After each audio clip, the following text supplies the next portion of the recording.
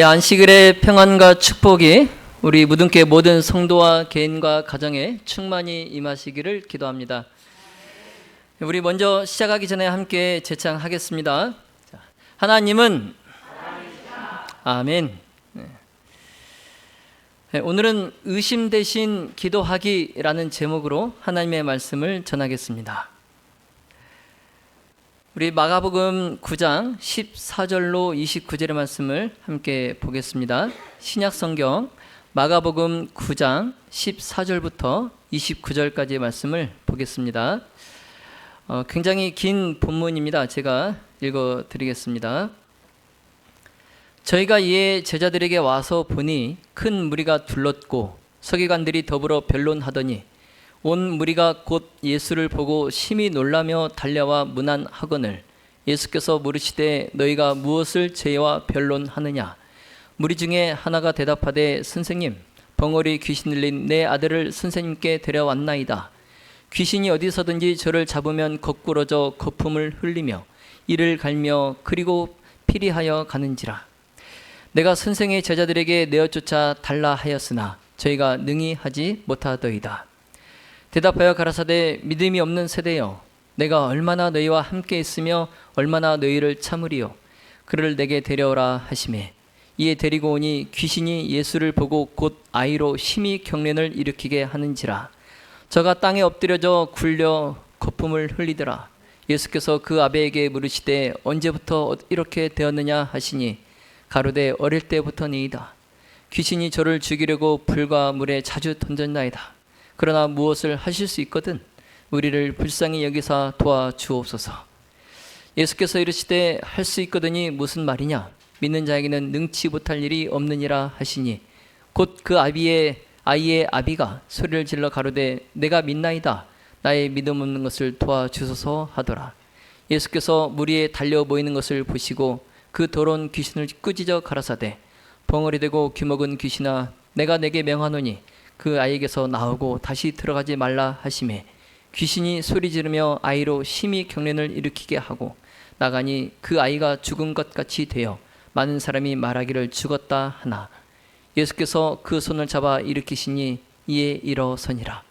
집에 들어가심에 제자들이 종용이 묻자오되 우리는 어찌하여 능히 그 귀신을 쫓아내지 못하였나이까. 이르시되 기도 외에 다른 것으로는 이런 유가 나갈 수 없느니라 하시니라. 아멘. 굉장히 긴 본문이었습니다.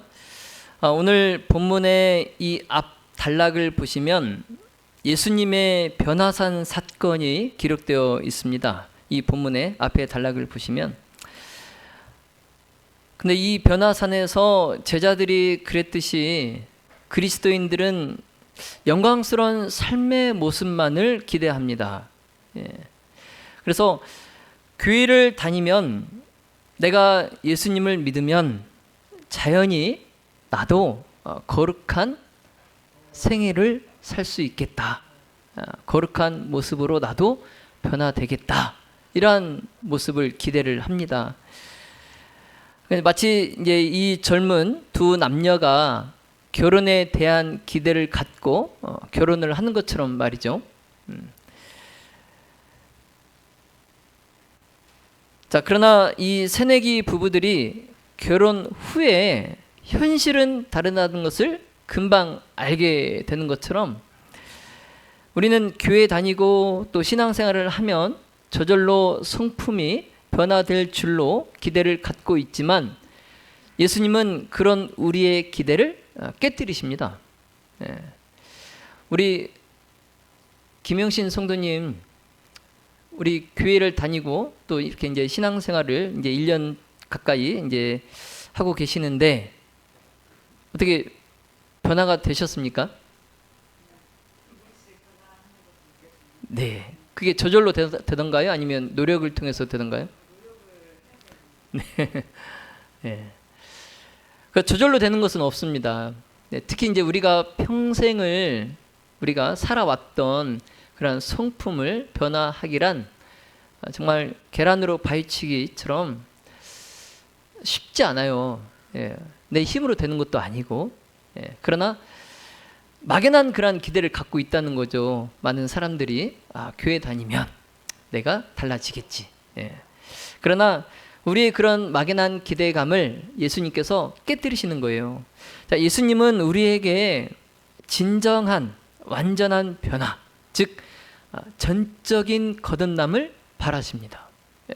그러니까 조금 내 말투가 달라지고 조금 내 성격이 변화되고 그런 것보다는 그냥 내면 깊은 곳에서부터의 변화, 마치 내 안에서 혁명이 일어난, 성품의 변화에 혁명이 일어나는 혁명적 그런 중생, 완전한 변화, 이것을 지금 예수님께서 바라고 계신다는 거예요. 네.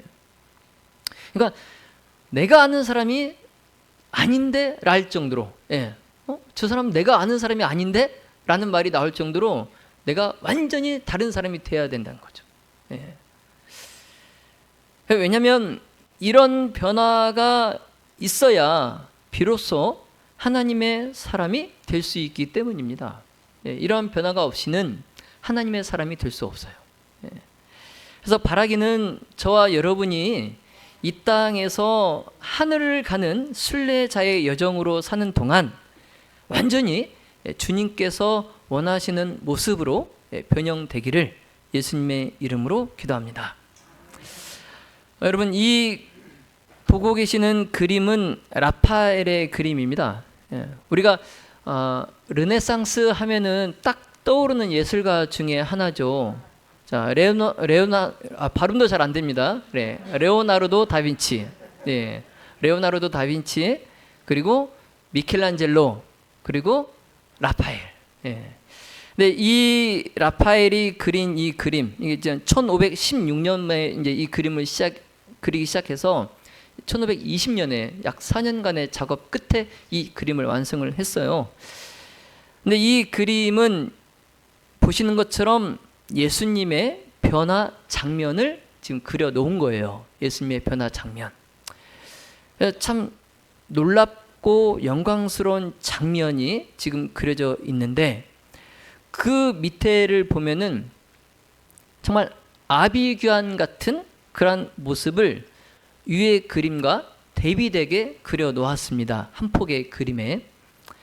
그래서 오늘 우리가 읽었던 이 본문의 저자인 마가, 이 마가의 시각, 그 시각은 마치 이 그림처럼 정말 황홀하고 아름다운 이 변화산의 경험에서 갑자기 시선을 조금만 아래로 내리면 갑자기 암담하고 침울한 분위기로 바뀝니다. 오늘 본문의 내용도 그래요. 그래서 예수님과 제자들이 그 변화산에서 그들이 내려왔을 때에 산 아래의 상황은 참 험악하고 살벌한 분위기였어요. 뭔가 금방 벌어질 것 같은 그런 긴장된 분위기였어요. 그래서 보니까 많은 무리가 몰려 있어서, 그리고 그 무리 가운데에 예수님의 9명의 제자들, 예수님 지금 3명만 데리고 변화산에 가셨기 때문에 남아있는 9명의 제자들, 그들이 이제 무리 가운데 둘러싸여서 정말 난처한 표정으로 서기관들과 변론을 하고 있었습니다. 서기관들과 변론을 하고 있었어요. 그래서 이 상황을 이제 설명을 드리자면, 예수님의 제자들이 귀신 들린 사람을 고치지 못했어요. 지금 그림을 보니까 누가 귀신 들린 사람이에요? 저 지금 눈이 이상하게 떠진 밑에 오른쪽에 아래에 있는 아이, 그 아이가 귀신 들린 사람인데 이 아이를 고치지 못했어요, 제자들이. 그래서 이제 늘 예수님의 사업을 방해하려고 꾀해 오던 이 서기관들, 그 서기관들이 예수님과 그의 제자들을 이제는 사기꾼으로 몰아세우면서 떠들고 있는 장면이에요. 그래서 이제 군중들은 이미 그 서기관들을 편들기 시작했어요. 제자들의 편을 들지 않고 서기관들의 편을 들었어요. 이제 이 제자들이 다급해져서 어쩔 줄 몰라 하는 겁니다. 네. 이제 바로 이런 상황에서 예수님과 이 세 명의 제자들이 이제 등장한 거예요. 이제 예수님이 나타나시자 사람들이 이제 깜짝 놀랍니다. 왜 깜짝 놀라냐면 지금 전날 밤에 예수님과 제자들이 그 변화산에서 입은 그 영광 때문에 아직도 그 영광이 얼굴에 남아 있어요. 그 광채가 남아 있기 때문에 사람들이 그들의 얼굴을 보는 순간 두려워하는 겁니다. 그래서 이제 서기관들은 더 이상 변론을 하지 못하고 두려워서 이제 뒤로 빠져요. 서기관들이 뒤로 빠져요. 반면에 이제 예수님의 제자들은 예수님이 오셨죠. 그러니까 너무 이제 반가운 거예요, 예수님이. 그동안 그 서기관들의 변론에 한마디도 못하고 어쩔 줄 몰라 하던 궁지에 몰린 쥐 마냥 그렇게 있던 제자들이 이제 그들의 구원자 예수님이 오시니까 너무 이제 반가운 겁니다. 그래서 예수님께서는 이제 이 모든 것들을 다 아시는 것처럼 다 아시고 계시죠. 그래서 물으십니다. 너희가 무엇을 저희와 변론하느냐? 물으셔요. 그러나 이제 이 물음에 아무도 예수님에게 대답하는 사람이 없었어요. 그러자 이제 그 무리 중에 있던 한 사람이 예수님께 이 사건의 전모를 이야기해 드립니다. 근데 이제 그 사람이 이제 그 귀신 들린 아이의 아비예요. 그 아비가 자기 아들이 귀신이 들려서 고생하던 이야기, 그리고 예수님의 제자들이 이 아이에게서 귀신을 쫓아내지 못했다는 그런 이야기를 다 이제 말씀을 드립니다. 여러분, 왜 예수님의 제자들이 귀신을 쫓아내지 못했을까요? 자, 이 문제의 답을 오늘 찾는 게 오늘 설교의 주 내용이에요. 이 문제의 답을 찾는 겁니다. 왜 예수님의 제자들이 귀신을 쫓아내지 못했을까? 이 문제의 답을 찾는 것이 중요한 이유가 이 해답은 우리의 삶에 자주 그리고 빈번히 일어나는 모든 어두운 문제들이 생겨나는 이유를 설명해 주기 때문입니다. 왜 우리에게, 나에게 이러한 안 좋은 일들이 일어나는가에 대한 설명, 그리고 또 이 해답은 우리의 삶에 순간순간 일어나는 여러 문제들을 해결할 수 있는 그러한 실마리를 제공해 주기 때문에 지금 이 예수님의 제자들이 귀신을 쫓아내지 못한 것에 대한 해답을 우리가 찾아야 돼요. 자, 그러면 과연 제자들이 귀신을 쫓아내지 못한 이유, 그 이유가 무엇인지 우리가 답을 찾아보겠습니다. 자, 그 답을 예수님께서 마가복음 9장 19절에서 말씀하십니다. 아까 우리 또 누가 어느 분이 말씀을 하셨는데요. 자, 여기 보니까 자, 믿음이 없는 세대여 그랬어요. 믿음이 없는 세대여, 내가 얼마나 너희와 함께 있으며 얼마나 너희를 참으리요. 자, 예수님께서 제자들이 그 귀신을 쫓아내지 못한 이유, 그 이유가 뭐라고 말씀하십니까? 무엇이 없어서? 믿음이 없어서. 그리고 예수님께서 이제 이렇게 말씀하시고 그 아이를 내게 데려오라 하시고 이제 그 아들에게서 귀신을 쫓아내십니다. 그래서 27절로 29절에 보시면 예수께서 그 손을 잡아 일으키시니 이에 일어서니라. 집에 들어가심에 제자들이 종용이 묻자오되 우리는 어찌하여 능히 그 귀신을 쫓아내지 못하였나이까? 이르시되 기도 외에 다른 것으로는 이런 유가 나갈 수 없느니라 하시니라. 아멘. 자, 이제 일단은 그 문제는 해결을 하셨어요. 그리고 이제 무리가 다 돌아갔겠죠. 그 아이에게서 귀신이 쫓아내셨으니까. 그리고 이제 예수님께서 어느 집에 들어가셨어요. 그러니까 이제 그때 제자들이 조용히 예수님께 와가지고 예수님, 왜 우리는 그 귀신을 쫓아내지 못했죠? 이렇게 물어보는 거예요. 여러분, 사실 예수님의 제자들은 이미 예수님께로부터 귀신을 쫓아내는 권세를 받았어요. 그리고 실제로 귀신을 냈던 적이 있습니다. 예, 예수님의 제자들이 오늘 처음 한 번도 쫓아내보지 못한 귀신을 그들이 쫓아내려고 했던 게 아니라 이미 귀신을 쫓아내는 권세를 그들이 받았어요. 그리고 귀신을 쫓아낸 적도 있었어요. 그런데 오늘 안 된 거예요. 자, 마가복음 6장 7절 그리고 13절에 보시면 12 제자를 부르사 둘씩 보내시며 더러운 귀신을 제어하는 권세를 주시고, 그리고 제자들이 나가서 회개하라 전파하고 많은 귀신을 쫓아내며 많은 병인에게 기름을 발라 고치더라. 지금 이 일이 지금 마가복음 몇 장에 있는 일이에요? 6장에 있는 일이죠. 그리고 지금 귀신 들린 자기 아이를 데리고 온 이 사건은 지금 마가복음 몇 장에 있어요? 9장에 있어요. 그러니까 지금 선행된 먼저 사건은 지금 이겁니다. 예수님께서 제자들에게 귀신을 쫓아내는 권세를 주셨고 그들이 또 실제로 많은 귀신들을 쫓아냈어요. 그 후에 이제 이 일이 있었던 거예요. 근데 이날은 귀신을 쫓아내지 못했던 겁니다. 이 문제를 우리에게 적용시켜서 보면은 왜 우리는 우리의 삶에 일어나는 여러 크고 작은 문제들을 해결할 수 없는가라는 거예요. 내게 일어나는 여러 작은 일들, 그런 일들을 왜 해결할 수 없는가? 왜 우리는 사탄과의 전투에서 그렇게 자주 패하고 고통을 당하는가? 이제 우리의 삶이 하나님을 영화롭게 하기보다는 이 제자들처럼 하나님의 이름에 욕을 돌리는가? 지금 예수님께서 제자들이 예수님께 왜 우리는 귀신을 쫓아내지 못했습니까? 이 질문이 오늘날 우리가 해 보면은 이런 질문들인 거예요. 왜 나의 삶에 크고 작은 문제들을 내가 해결할 수 없고 또 사탄과 나의 그 싸움에서 내가 맨날 백전백패하고 그 때문에 내가 고통을 당하고 또 내가 하나님을 영광스럽게 해야 되는데 오히려 왜 이 제자들처럼 하나님께 욕을 돌리는가? 이런 질문인 거죠. 우리의 삶에 적용을 해보면. 그래서 제자들이 이 문제를 해결할 수 없었던 이유, 이 이유를 오늘 본문의 문맥에 맞춰서 살펴보겠습니다.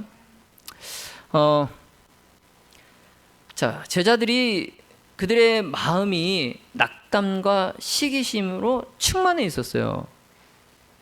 첫 번째 원인이에요. 그들이 귀신을 쫓아내지 못한 첫 번째 원인이 뭐예요? 그들의 마음이 낙담과 시기심으로 충만해 있었어요. 여러분, 제자들의 특기 중에 하나가 뭔지 아세요? 누가 가장 높으냐 논쟁하는 거예요. 시간만 나면 이 12명의 제자들이 서로 누가 더 높냐 이걸 싸우고 있어요. 심지어 그 마지막 최후의 만찬, 예수님 십자가에 달리기 전에 제자들과 가졌던 그 마지막 그 만찬 그 자리에 가기 전에도 똑같이 싸우는 거예요. 누가 더 높냐? 너냐 나냐? 이게 제자들의 특징이에요. 사실 이 제자들을 따지고 보면요, 그 제자들이 하나같이 잘난 제자들이 있어요, 없어요? 없어요. 막 다 물론 이제 제가 비하하는 것은 아니지만 사실 그대로 말씀드리면 다 어부 출신이고 세리 출신이고 다 죄인들이에요. 뭐 잘난 것 하나도 없는 제자들이 뭐 도토리 키재기 하는 것도 아니고 그들이 서로 그냥 누가 더 높냐 싸우는 거예요. 그런데 이 예수님으로부터 이들이 3년 반 동안 지내면서 예수님께 사랑과 겸손에 대해서 직접적인 교육을 받아요. 그런 그 제자들이 서로 누가 더 높냐 이렇게 논쟁을 벌이는 게 참 우스운 일이죠. 뭐 사람이기 때문에 어쩔 수 없다 이렇게 또 생각을 할 수 있겠죠. 뭐 그들도 사람이기 때문에 어쩔 수 없다.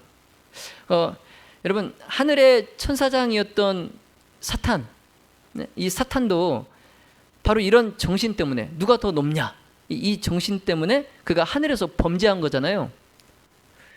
이 제자들도 똑같이 이 사탄의 정신을 답습하고 있는 거예요. 근데 이제 이 정신은 이 제자들뿐만 아니라 우리 그리스도인들에게도 역시 똑같이 존재하는 문제입니다. 예. 이제 이게 참 심각한 죄악이에요. 예. 누가 더 높냐? 예. 누가 더 잘났냐? 이거 이제 참 심각한 문제입니다. 이게 해결되지 않으면 안 돼요. 예. 이게 해결되지 않고 교회에 그대로 남아 있으면 아무런 능력이 교회에서 나올 수 없어요. 예. 이걸 해결해야 됩니다. 예. 그런데 이제 우리가 항상 월드컵 이제 축구 월드컵 시즌이 되면은 항상 우리 한국 축구의 문제점 뭐예요? 선후배 뭐 이런 거잖아요. 그래서 우리가 경기장에서 멀리 떨어지는 선수한테 공 패스해달라고 할 때 선배님 누구누구 선배님 저에게 공 좀 패스해 주십시오 이럽니까? 막 축구하고 있는데 그냥 야 패스 이러잖아요. 이 옛날에 히딩크 감독이 그랬던 것 같아요. 2002 월드컵 때 이걸 먼저 깼어요. 우리 한국에 와서 보니까 이게 너무 심한 거예요. 선후배 간에 그게. 근데 그렇게 해서는 이 능력이 완전히 발휘되지 못하거든요. 경기장 안에서는 모두가 다 똑같은 그냥 선수여야 돼요. 예. 그래야 능력치가 최대한 발휘가 됩니다. 4강까지 갔잖아요. 그때. 근데 우리 교회도 마찬가지예요. 우리 교회도 이거 없애야 돼요. 이걸 누가 더 높냐, 누가 더 잘났냐, 뭐 이거 없애야 됩니다. 그래야 우리가 하나님께서 우리에게 주신 능력치를 최대한 발휘할 수 있어요. 예. 제자들이 그걸 못했다는 거예요 지금. 그다음 이제 두 번째 원인이 뭐냐면 예수님께서 변화산에 가실 때 다 데려가지 않고 몇 명만 데려가셨어요? 3명만 데려가신 거예요. 이게 또 원인이에요. 자, 베드로, 요한, 야고보 3명만 데리고 가셨단 말이에요. 그럼 나머지 9명은 산 밑에 남아 있었어요. 여러분 그 남아 있는 제자들의 심정이 어땠을까요? 예? 예. 말 안 해도 아시겠죠? 예. 아마 예수님으로부터 굉장한 서운한 마음이 들었을 수도 있어요. 남아있는 제자들은 우린 뭐지? 뭐 이런. 그리고 이제 그 남아있는 사람들 9명이 불려간 선택받은 그 3명의 제자들에 대해서 강한 뭘 또 가졌을까요? 시기와 질투. 그렇죠? 이런 이 시기심과 배신감 이런 낙담들이 어우러져 가지고 마치 이제 비빔밥처럼 맛있게 이제 잘 비벼지는 거죠. 그러면서 이제 그 9명의 제자들의 마음을 굉장히 불쾌하고 복잡하게 만들었을 것이라는 거죠. 예. 그런 상태에서 기도가 나올까요? 안 나올까요? 그런 마음에서 기도가 나와요? 안 나와요? 안 나오죠. 기도가. 세 번째 원인은 이제 이런 상태에서 귀신을 쫓아낸다는 것이 불가능하다는 거죠. 예. 그 9명의 제자들이 지금 사탄의 정신을 가지고 있으면서 귀신을 쫓아낸다? 이게 말이 안 되는 겁니다. 이제 네 번째 원인은 만일 우리가 이런 상태에 있다면 우리를 통해 하나님께서 역사하시기는 불가능하다는 겁니다. 우리가 그런 상태, 시기, 질투 막 그런 게 있는 상태에서는 하나님께서 우리를 통해서 역사하시기가 불가능하다는 거예요. 그래서 우리가 하나님의 능력 있는 종이 되기 위해서는 사탄의 정신이 아닌 그리스도의 정신을 갖고 있어야 돼요. 네. 그래서 형제에 대한 시기심, 배신감, 증오 이런 감정을 가지고서는 그리스도의 일을 할 수 없는 거예요. 네. 그래서 우리가 그리스도의 정신, 즉 사랑, 겸손, 자비 이러한 정신으로 무장해야 됩니다. 예. 이제 다섯 번째는 뭐냐면 제자들에게서 그런 정신이 사라지지 않는다면, 그런 정신이 사라지지 않는다면 하나님 나라의 사업에 실패하게 될 거라는 거죠. 예. 그래서 우리가 예수님의 이 끊임없는 기도의 제목 바로 뭐예요? 제자들 간의 연합과 사랑. 네.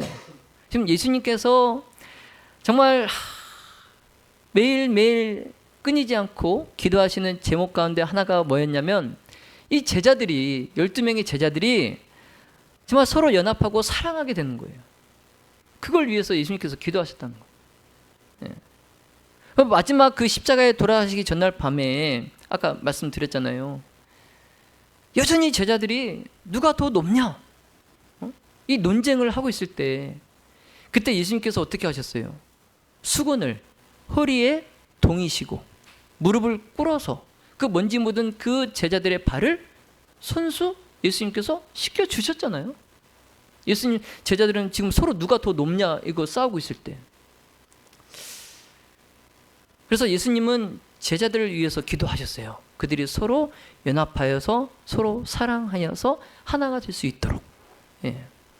요한복음 17장 20절로 22절에 보시면 자, 내가 비옵는 것은 이 사람들만 위함이 아니요 또 저희 말을 인하여 나를 믿는 사람들도 위함이니 아버지께서 내 안에 내가 아버지 안에 있는 것 같이 저희도 다 하나가 되어 우리 안에 있게 하사 세상으로 아버지께서 나를 보내신 것을 믿게 하옵소서. 내게 주신 영광을 내가 저에게 주었사오니 이는 우리가 하나 된 것 같이 저희도 하나 되게 하려 함이니이다. 아멘. 여러분 예수님의 이 기도, 예수님의 이 기도에 지금 하나라는 말이 지금 몇 번이 나옵니까? 예? 하나라는 말이 몇 번이 나와요 지금? 그만큼 지금 제자들이 하나가 되지 않는다는 거예요. 예. 그런데 예수님은 하나님의 사업을 하기 위해서는 가장 중요한 게 뭐예요? 너희가 서로 하나가 되라. 하나가 되라. 예. 여러분 예수님께서 그렇게 기도하셨을 때에 과연 그들이 변화가 되었을까요? 제자들이 예수님의 기도처럼 변화가 되었을까요? 자, 사도행전 1장 보겠습니다. 사도행전 1장 12절로 14절에 예수님께서 이제 하늘로 올라가신 뒤에요. 이제 예수님 더 이상 이 땅에 계시지 않을 때 제자들이 여자들과 예수의 모친 마리아와 예수의 아우들로 더불어 마음을 같이 하여 전혀 기도에 힘쓰니라. 아멘. 여러분 보니까 제자들이 마음을 같이 하여 하나가 돼요. 하나가 되어 진심으로 기도했다라고 기록하고 있어요.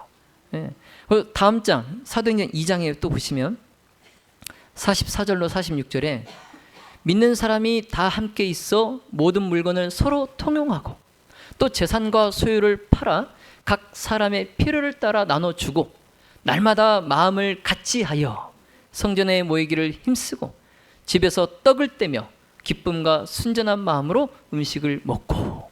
아멘. 자, 46절에 날마다 마음을 뭐예요? 같이 하여. 네. 예수님의 제자들이 달라졌나요? 네.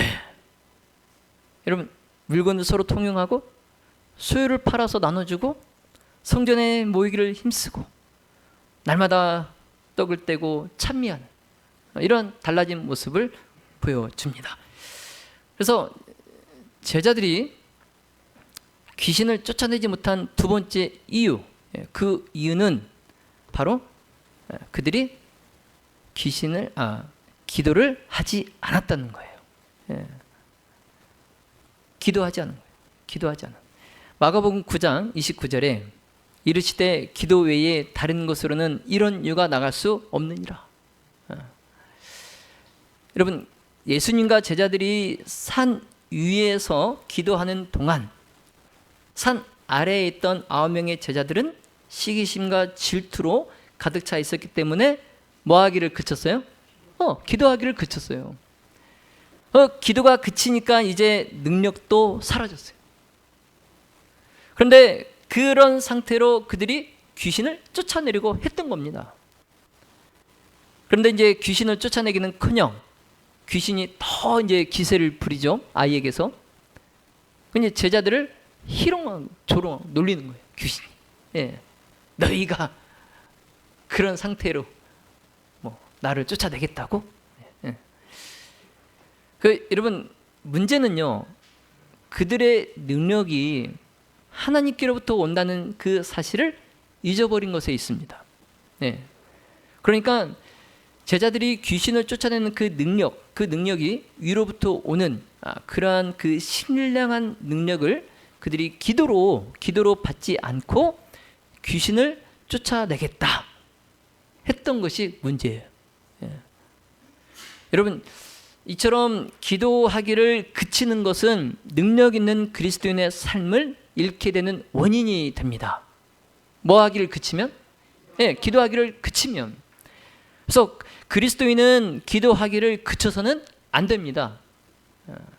그런데 이 똑같은 사건, 이 사건을 기록하고 있는 마태복음의 이 마태는 지금 마가의 이 표현을 다르게 지금 기록하고 있어요. 똑같은 사건인데, 자, 마태복음 17장 20절에 보시면 믿음이 없는 세대여, 믿음이 없는 세대여,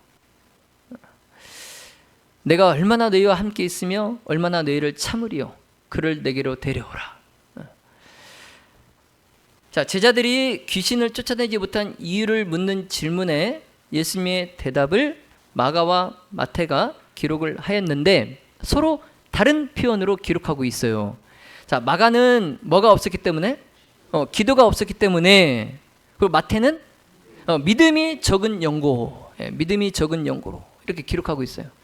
자, 그러면 성경이 모순되는 겁니까? 아니죠. 자, 이 두 성경절을 좀 더 깊이 생각해 보면 두 성경절이 같은 의미라는 것을 이해할 수 있어요. 자, 왜냐하면 믿음은 기도 없이는 생겨날 수 없기 때문입니다. 예. 자, 그러니까 마가와 마태는 지금 기도와 믿음을 거의 동일시하고 있는 거예요. 뭐와 뭐를? 기도와 믿음을 서로 동일시하고 있는 겁니다. 요한복음 14장 12절과 14절에 보시면 내가 진실로 진실로 너에게 이르노니 나를 믿는 자는 나의 하는 일을 저도 할 것이요 내 이름을 무엇이든지 내 이름으로 무엇이든지 내게 구하면 내가 시행하리라. 자, 이 말씀에서도 예수님께서는 믿음과 기도를 거의 동일시 하시면서 말씀하십니다. 믿음과 기도를. 즉 다시 말씀드리면 기도는 믿음이 있음을 나타냅니다. 그리고 믿음 없는 기도는 진정한 의미에서 기도가 아니라는 거예요. 예. 믿음 없는 기도는 기도가 아니다. 예. 자, 이제 말씀을 정리하겠습니다. 자, 그날 제자들의 마음은 그들이 기도하기를 꺼리도록 했어요. 자, 그렇게 했을 때에 그것은 곧 그들의 사업에 실패를 가져왔고 또한 그것은 하나님의 이름에 욕을 돌리는 결과를 가져왔습니다. 자, 여러분, 사탄은 때때로 우리가 기도하지 못하도록 합니다. 기도하지 못하도록 해요. 그런 우리를 통해서 하나님의 사업이 방해받도록 만듭니다. 예.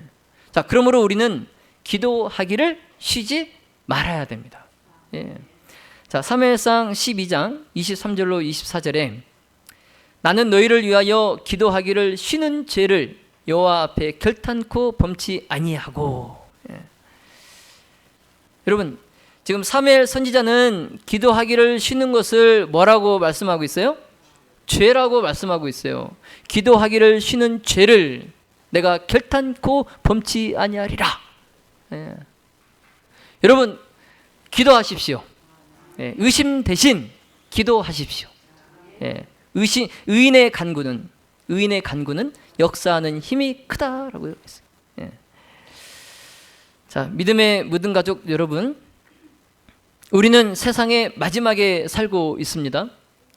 사탄은 자기의 때가 이제 정말 얼마 남지 않은 줄을 알고 더욱 분노하여서 하나님의 백성들을 삼키려고 하고 있어요. 예. 자, 이러한 때에 그들이 실패한 데서 우리가 교훈을 받고 믿음으로 믿음으로 기도드리는 일을 멈추지 마시기를 바랍니다. 네. 제자들이 그날 밤에 왜 기도를 하기를 그쳤다고요? 시기와 질투. 네. 여러분, 우리 교회 안에서 이걸 해결해야 돼요. 누가 더 높냐? 이거 다 해결해야 됩니다. 네. 이게 해결되지 않으면 기도가 나오지 않아요. 그러면 우리는 하나님의 사업에 실패하게 됩니다. 그래서 정말 우리가 시기와 질투와 다툼이 아닌 마음을 같이 하여 기도에 힘쓰고 성전에 모이기를 힘쓰고 찬미하고 물건을 서로 통용하고 또 내 소유를 팔아서 나눠주고 그리스도의 정신으로 연합하시는 하나님의 백성들이 되시기를 축원하며 말씀을 마치겠습니다.